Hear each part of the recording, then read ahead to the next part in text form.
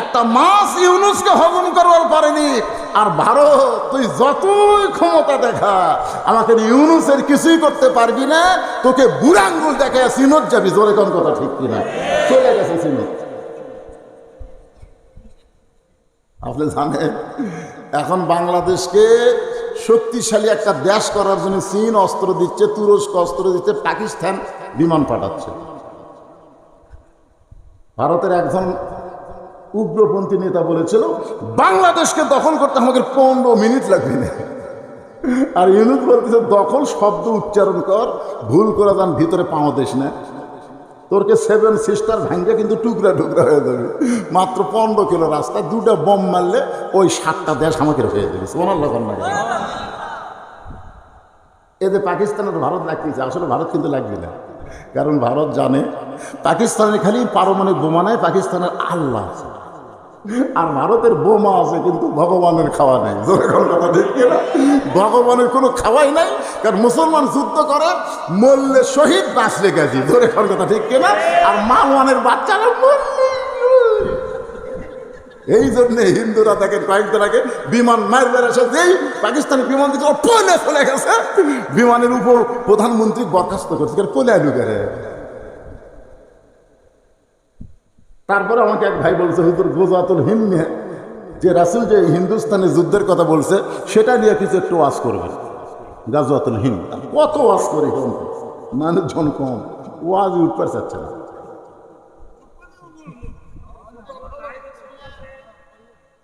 কে রে দরজাত খাড়া হয় কে বা কি রে?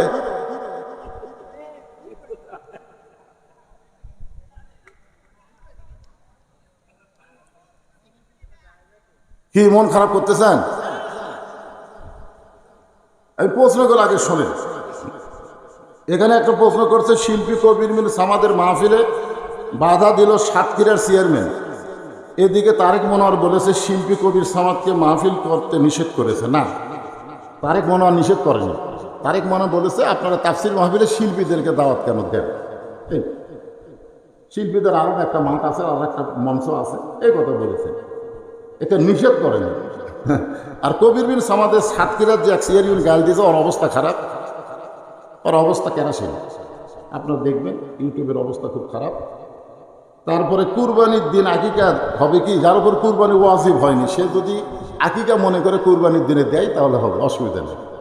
যার উপর কুরবানি কি হয়নি, ওয়াজিব হয়নি, সে যদি কুরবানির দিন আকিকা দেয়, কুরবানি মনে করে না আকিকা মনে করে দেয়। আকিকা আর কুরবানির খালি নিয়ত ভিন্ন, নিয়ম এক।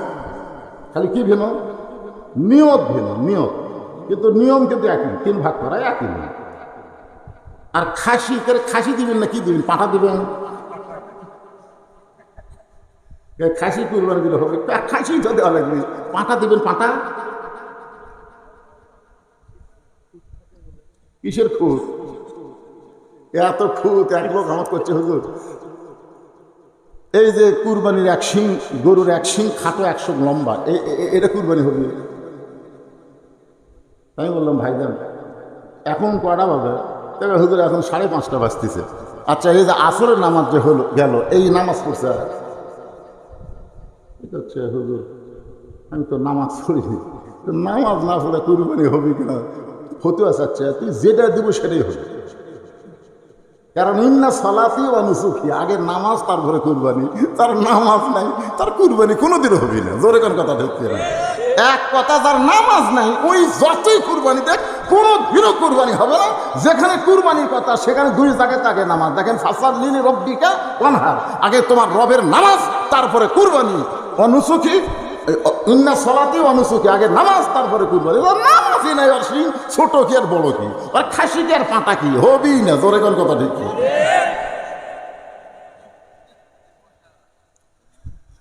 আল্লাহর বান্দার একটু মনোযোগ দেন। তাহলে শিক্ষামন্ত্রী আল্লাহর নবীর সময় ছিলেন হযরত আলী, আবু বকর রাদিয়াল্লাহু সময় ছিলেন হযরত আলী, ওমর ফারুক যখন মদিনার খলিফা তখন শিক্ষামন্ত্রী হলেন হযরত আলী। বেদুইন সাহাবী বলতেছে তোমার বাবাকে যদি জেলখানা থেকে বের করতে চাও তাহলে ওমর ফারুকের কাছে না যায়, শিক্ষামন্ত্রী হযরত আলীর দরবারে যাও। ছেলে বলতেছে কি নিয়ে যাবো? বলে যে 3টা কথা বলার কারণে আমাকে জেলখানায় বন্দি করছে, এই 3টা কথা তুমি মুখস্থ করো। ছোট বাচ্চারা মুখস্থ করতে কিন্তু 1 বার 2 বার 3 বার বললে হয়। জোরে কোন কথা ঠিক কিনা? এখানে কি মাদ্রাসা করছেন নাকি আপনি? এখানে কি মাদ্রাসা করছেন?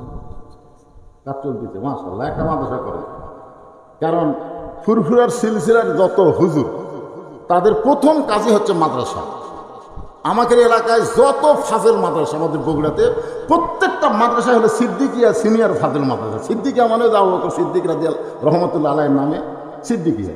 যত মাদ্রাসা ওনারা বাংলাদেশে আইসে শুধু মুরুদ করাই আগে মাদ্রাসা করে মানুষদেরকে আলেম বানানোর চেষ্টা করছে। ধরে কোন কথা ঠিক কিনা? তাই আমার বাপদাকে বলবো, এখানে শুধু খানকা থাকবে না, খানকার পাশাপাশি একটা মাদ্রাসা থাকবে, নাকি কোন একটা মাদ্রাসা থাকবে, মাদ্রাসায় শিক্ষা দেওয়া হবে। তাহলে এটা খুব নূরানি, নূর আল্লাহ নূর হয়ে যাবে ইনশাআল্লাহ। তা এখন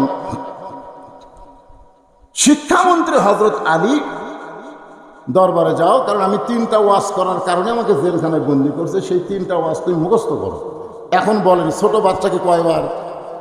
1 বার 2 বার 3 বার। হাফিজি মাদ্রাসায় যে ছেলেরা হাফেজ হয় তারকে বয়স কত? আপনারা কি জানেন যে আল্লাহ নবীর যে 4 জন বিখ্যাত সাহাবী আছে, তার 4টার মধ্যে হাফেজ কিন্তু একজন। আবু বকর হাফেজ হওয়ার পারেনি, উমর হাফেজ হওয়ার পারেনি, ওসমান হাফেজ হওয়ার পারেনি, কিন্তু হযরত আলী সর্বপ্রথম 30 পারা কোরআনের হাফেজ। আপনার বলেন তো কারণ কি? এখানে আপনাদের খেয়াল করা লাগবে যে আবু বকর রাদিয়াল্লাহু যখন ইসলাম গ্রহণ করছে তখন তার বয়স হলো 35 বছর। কোরআন শরীফ পড়া যাবে কিন্তু কোরআন মুখস্থ করার বয়স নাই, কারণ বছর যদি একবার হয় তখন সোলের চিন্তা করবি, বইয়ের চিন্তা করবি না, কোরআন শরীফ হেফজ করবি। এই জন্যে ওসমান গনির বয়স ছিল তখন 21 বছর, আর উমর ফারুকের বয়স ছিল 27 বছর, আর হযরত আলী যখন ঈমান গ্রহণ করছে তখন তার বয়স ছিল মাত্র 8 বছর। এই 8 বছরের বাচ্চারা 1 বার 2 বার 3 বার শুনলেই সেটা মুখস্থ হয়ে যায়। এবার বেদুইন সাহেব বললেন তাহলে মুখস্থ করো, ইন্নী উহিব্বুল ফিতনা ইকরাহুল হক ওয়া আশহাদু মা লাম আরা। আবার বলতেছে ইন্নী উহিব্বুল ফিতনা ইকরাহুল হক ওয়া আশহাদু মা লাম আরা। 3 বার বলার পরে ছেলেটা মুখস্থ করে হযরত আলীর দরবারে রওনা দিলেন। হযরত আলী শিক্ষামন্ত্রীর বাড়িতে আইসা দেখে দরজায় 2 জন যুবক দাঁড়ায় আছে। যে 2টা যুবক দাঁড়ায় আছে যাদের শানে রাসূল বলেছেন সাইদুস শাবাবে আহলেল জান্নাহ, হাসান হুসাইন রাদিয়াল্লাহু তাআলা আনহুমা। সুবহানাল্লাহ বলে। হযরত আলীর বাড়ির দরজায় 2টা যুবক দাঁড়ায় আছে। সেই 2টা যুবককে সাইদুস শাবাবে আহলেল জান্নাহ, জান্নাতি যুবকদের সর্দার হলো হাসান আর হোসাইন। সুবহানাল্লাহ কন না কেন? আচ্ছা, হাসান হোসেন যদি জান্নাতি যুবকদের সর্দার হয় তাহলে বুড়াকের সর্দারকে, মানে আমরা যারা বুড়া হচ্ছি আমাদের সর্দারকে, হ্যাঁ চেয়ারম্যান বুঝিছে কিন্তু এই জুয়ান চেংড়া বোঝেনি। আপনার বলেন তো জান্নাত আমাদের মতন বুড়া মানুষের দিলে আমরা কি করবো? তার মানে যত বুড়াই আমরা হই না কেন, জান্নাত যখন আল্লাহ দিবে তখন একটা বুড়াও থাকবে না, সমস্ত বুড়াকে যুবক বানায় দিবে, আর সমস্ত যুবকদের সর্দার হবে হাসান আর হোসাইন। জোরে কোন সুবহানাল্লাহ। এবার ছোট বাচ্চাটা যুবকদেরকে দেখে সালাম দিয়ে বলতেছেন শিক্ষামন্ত্রী হযরত আলীর বাড়ি কোনটা? হাসান হোসেন বলতে তুমি কে গো? এত ছোট্ট মানুষ শিক্ষামন্ত্রীর খবর করতেছ। এমন সময় হযরত আলী ঘর থেকে বাইরে এসে বলতেছে বাবা তোমার শিক্ষামন্ত্রী কি দরকার? বলে 3টা ওয়াজ করার কারণে হযরত ওমর আমার বাবাকে জেলখানায় বন্দি করেছে। 1 নম্বর ওয়াজ হলো ইন্নী উহিব্বুল ফিতনা, 2 নম্বর হলো ইকরাহুল হক, 3 নম্বর আশহাদু মা লাম আরা। সঙ্গে সঙ্গে হযরত আলী ওই ছোট বাচ্চাকে কোলে নিয়ে মুখে বুকে একটা চুমু দিয়ে বলতেছে এত দামি সুন্দর কথা তুমি কোথায় পাইছো? জোরে কন্যা সুবহানাল্লাহ। যেই বলতেছে এখানে গল্প করলে হবে না কি? কি বাবা এত দামি সুন্দর কথা তুমি কোথায় পাইলে? আপনারা বলেন তো, এই তিনটা কথার জন্যই হযরত উমর কি করছে? খালি উমর একলাই, এই উমর খালি একলাই না, উমরের সামনে শত শত হাজার হাজার সাহাবী ছিল। উমর ফারুক সমস্ত সাহাবীর গণ ধোলাই থেকে বাঁচানোর জন্যই তো তার কারাগারে বন্দী করছে। কথা কি মনে ভুলে গেছেন? আর হযরত আলী বাচ্চাকে বুকের সঙ্গে নিয়ে কপালে চুমা দিয়ে বলতেছে, এত সুন্দর কথা তুমি কোথায় পাইলে? বলে এই তিনটা সুন্দর কথার জন্যই হযরত উমর আমার বাবাকে কারাগারে বন্দী করছে। আলী বলতেছে, তুমি কোনো টেনশন করো না, আমি তোমার বাবাকে কারাগার থেকে বের করে তোমার হাতে তুলে দেব ইনশাআল্লাহ। সঙ্গে সঙ্গে ছেলে তাকবীর দিয়ে বলে, আলীর মতন মহান ব্যক্তি যদি আমার বাবার উকিল হয়, উমরের মতন যতই বড় খলিফা হোক আমার বাবাকে কারাগারে বন্দী রাখতে পারবে? কারণ হযরত আলী খালি জ্ঞানের শক্তি না শরীরের শক্তি, দুই দিকে কিন্তু। হ্যাঁ, হযরত আলী জ্ঞানের দিক দিয়ে কয় নম্বর? 1 নম্বর। ওমর ফারুক যখন জেরুজালেমে গেছিল, জেরুজালেমের খ্রিস্টানরা সাদর সম্ভাষণ জানাবার এসে দেখে উটের পিঠে একজন বসে আছে আর একজন উটের রশি ধরে জমিনে দাঁড়ায় আছে। তো জেরুজালেমের খ্রিস্টানরা মনে করতেছে উটের পিঠে যেটা সেটাই তো হযরত উমর।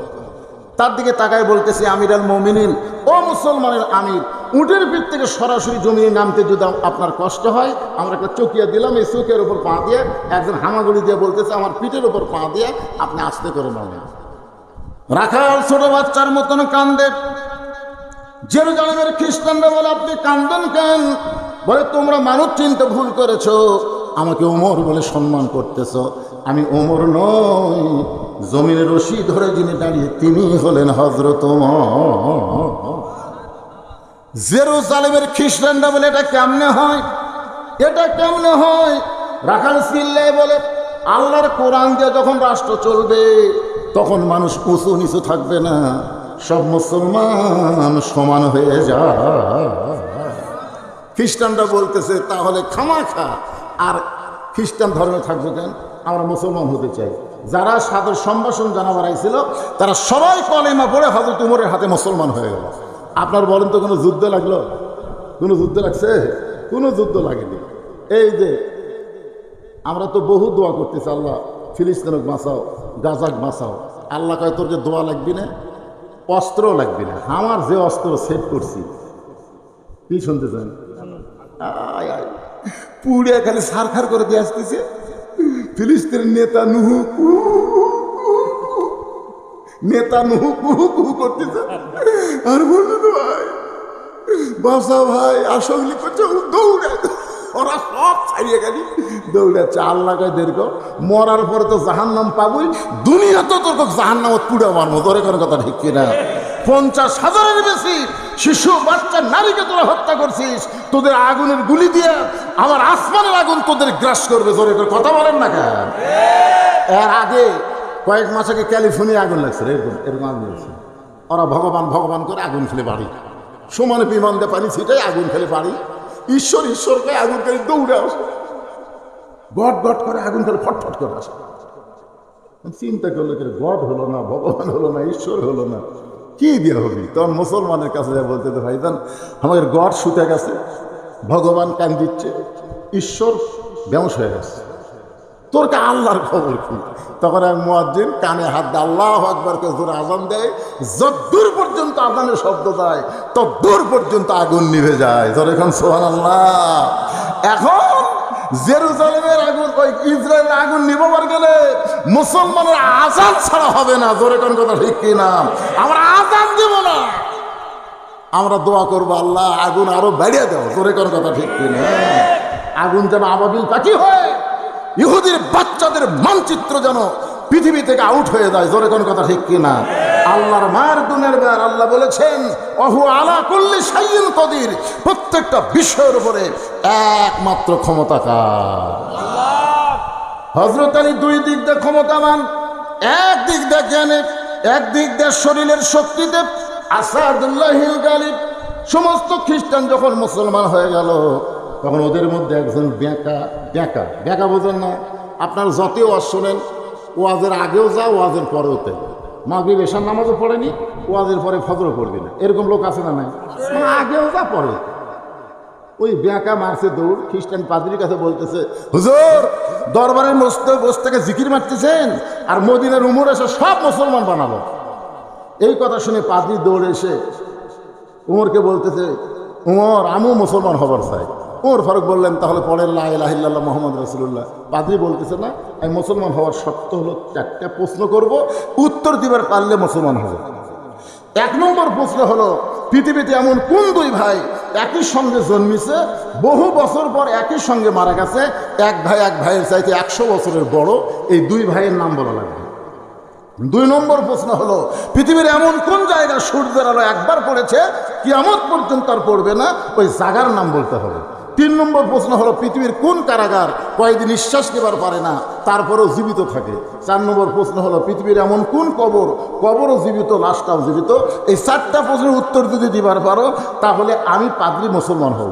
উমর ফারুক বলতেছে, এরকম প্রশ্ন জীবনেই শুনিনি, উত্তর কোত্থেকে দিব? পাদ্রি বলতেছে, তাহলে আমি আর মুসলমান হতে পারলাম না। উমর ফারুক জেরুজালেম থেকে যখন মদিনায় শিক্ষামন্ত্রী হযরত আলীর সঙ্গে দেখা, আলী বলতেছে, আমিরুল মুমিনিন জেরুজালেমের খবর কি? বলে সব খ্রিস্টান মুসলমান হয়েছে। তাহলে মুখটা ভার করে আছেন কেন? বলে একটা পাদ্রি মুসলমান হওয়ার চাইছিল, আমাকে 4টা প্রশ্ন করেছে, উত্তর দিবার পারিনি, তাই মুসলমান হয়নি। আলী বলতেছে, কি প্রশ্ন করেছে? বলে 1 নম্বর প্রশ্ন হলো, পৃথিবীর এমন কোন 2 ভাই একই সঙ্গে জন্মগ্রহণ করেছে, আবার একই সঙ্গে 2 ভাই মারা গেছে, এক ভাই এক ভাইয়ের চাইতে 100 বছরের বড়, এই 2 ভাইয়ের নাম কি? আলী বলতেছেন, এক ভাইয়ের নাম হলো ওজাইর, আর এক ভাইয়ের নাম হলো আজিজ আলাইহিস সালাতু ওয়াস সালাম। উমর ফারুক বলে, আলী রে, পৃথিবীর এমন কোন জায়গা সূর্যের আলো একবার পড়েছে কিয়ামত পর্যন্ত পড়বে না? আলী বলতেছে, যখন মুসা নবী সাগর পাড়ি দিচ্ছিলেন, আল্লাহ সাগরকে রাস্তা করে দিলেন, সূর্যের আলো সাগরের তলদেশে পৌঁছে গেল। ফেরাউন যখন নামলো, আবার সাগর পূর্বের মতন হয়ে গেল। ওই যে সূর্যের আলো একবার পড়েছে কিয়ামত পর্যন্ত আর পড়বে না।